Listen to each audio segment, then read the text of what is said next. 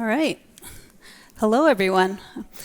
My name is Kathe, and that's just my name. When I'm in Circle and I'm leading a restorative justice conversation, I go by Kathe. It doesn't matter what age, three-year-old through high school, we sit in chairs in a circle at the same height, and we share our stories. And the reason for that, the reason that I'm just Kathe, is that we all need a chance to share our stories and to be heard. And when we're heard and we become human with our students, then they share their humanness with us, and it helps us to begin to build a connection and a container of trust.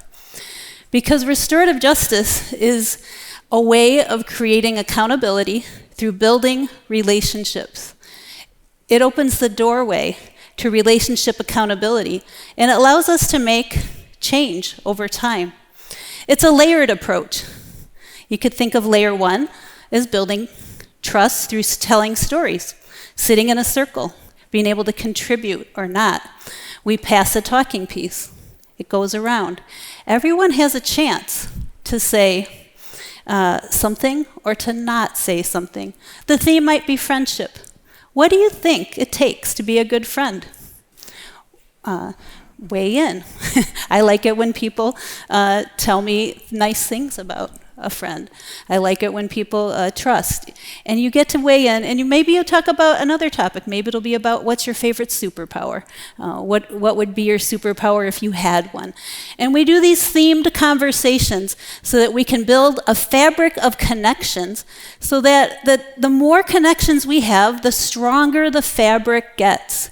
And if a tear or a breach happens in a relationship and the fabric is tight and the weave is strong, then we can repair it more easily because we've woven some strength together through our connections. So restorative justice opens the window relationship accountability, and it allows us to begin to change a 400-year-old paradigm of the way we've always done things in schools. And in order to tell you about the way we've always done things, I need to start with my own story. So let's look at little Kathe. There I am on my first day of school. I'm wearing my little bus name tag, and I got my brand new dress. And guess what? I want my teacher to like me. I want to have a good relationship, and I want to be the best student that I can in school. Because being the best student, I know I'm going to learn a lot, and I'm excited to be there. So I'm in first grade, and in first grade, I have this teacher named Mrs. M, and she taught me to read. We're a month or so into school. I haven't quite learned to read yet, but we're getting ready to go home. And you know those desks where you lift up the top, and it has a little hinge in it? Yeah, I had one of those hinge desks. And just at the moment that we're packing up to go home that day, Mrs. M looks in the little corner of my desk and she says, "Give me that." I'm like, "Give me what?" She says, "That paper in the little corner." So I pull out that crumpled paper that I didn't know was there, and I hand it to her, and she shows it to the whole class and says, "You broke the rule. You violated the rule. Write your name on the board, or I'll write your name on the board for you, and you're staying after school." I was horrified. What did I do? I missed the memo about when you're supposed to take your papers home. I had no idea. Well, little Kathe decided since that wasn't fair, I would just take it into my own hands, and I was just pretty sure in that concrete operational stage of thinking that if I erased my name from the board, I would erase my name from her mind. And guess what? It didn't work. I went home anyway, and the next day I came to school. I had to confess to what I had done, which was erase my name from the board. And I got a consequence, which was staying at recess, staying at lunch recess, staying at afternoon recess, and put my head down on the desk. So I put my head down on the desk and I cried. And I learned from that experience, we had a lot of recesses back in those days, by the way. I learned from that experience that punishment to make a point is just that. She made the point. I got punished. But I didn't learn I learned that she was in control, and I learned that she had the power, and I learned that I should maybe be afraid, but I wasn't affirmed that I belonged in the school community. What I needed was a healthy sense of power and autonomy. I needed to be affirmed that I belonged, and I needed to feel safe. And it's really what we all need in school, is we need to build the relationships that help us to feel safe and part of our community. And I didn't get that in that moment. And it's significant enough that I still remember it, because I look a little different from that picture. So little Kathe didn't get what she wanted, and I think a lot of us struggle with the paradigm of punishment to make a point. Because we want to learn from our consequences. We want to be accountable to each other in a relationship. So let me tell you about little Jack. I'm a restorative justice coordinator, and I've been a teacher for 25 years. Now I have the privilege of guiding conversations and encouraging others to guide conversations in circle or to have chats. Well, let me tell you about little Jack. When I was teaching kindergarten, little Jack was in my classroom, and when he came to kindergarten, his first day, he was shaking, physically shaking. In fact, he wouldn't sit in our circle time. He would barely sit at a table. He would get under a table and kind of shake. And eventually, we got him to come to circle. We got him a little more comfortable. And it happened because every day we passed that talking piece, and the children would hand it to him. And they would say, "Jack, do you like red or blue?" And he would pass it on. Or then they would say, maybe, "Jack, do you like vanilla or chocolate ice cream?" That was the question. Which one do you like? And eventually Jack would say, "Chocolate." And over the course of the year, about halfway through, Jack started talking in sentences, and then paragraphs, and then pretty much he just kept talking, and he got so comfortable that he got comfortable enough to be goofy. Okay, so I went to lunch one day, and I came back, and Jack was in the office. I was shocked. Jack was in the office. And I found out that he had done something developmentally appropriate, but inappropriate for kindergarten.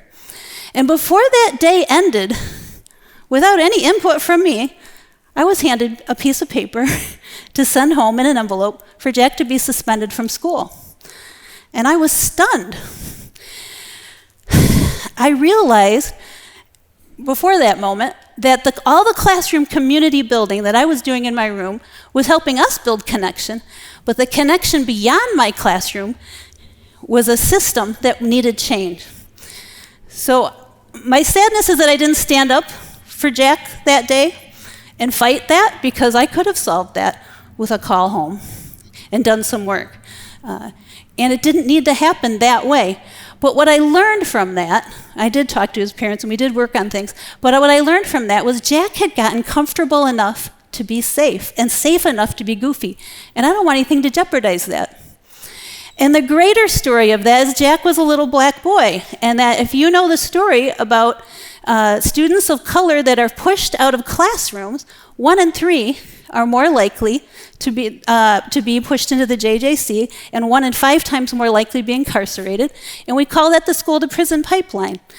And we want to break that pipeline, but that's not the whole reason for doing restorative justice. It's an absolute important reason. We want to do it because we want to learn how to be better humans. We want to be accountable to each other. We want to learn how to let relationship accountability happen through our storytelling. What we could have done. I could have had a conversation. We could have empowered Jack to have a conversation with the lunchroom lady, because what the lunchroom lady needed when he was inappropriate was she needed to have a healthy sense of power and autonomy. She needed affirmation that she belonged in the school community, that when the lunchroom was disrespected, she needed to feel that it could be respected. She needed a sense of safety, and she needed to hear, perhaps, from us empowering Jack, that he didn't understand what he did fully. He was egged on perhaps by his friends, and he didn't mean to do it. Or he was willing to offer an apology if he felt comfortable doing so. Same thing with my instructional aide. Could have happened.